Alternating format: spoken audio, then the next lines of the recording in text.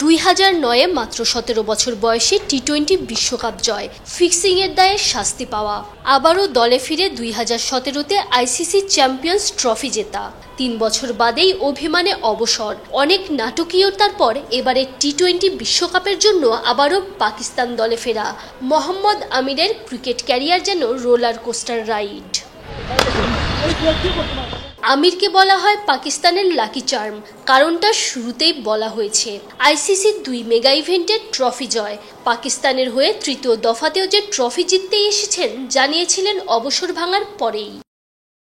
নিজের এক্স অ্যাকাউন্টে বিসমিল্লাহির রহমানির রাহিম লিখে অবসর ভাঙার ঘোষণা।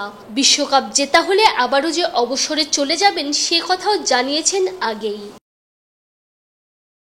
অবসর ভাঙার পর পাকিস্তানের হয়ে মোহাম্মদ আমির ঘর এবং ঘরের বাইরের মাঠে খেলে ফেলেছেন 8 ম্যাচ।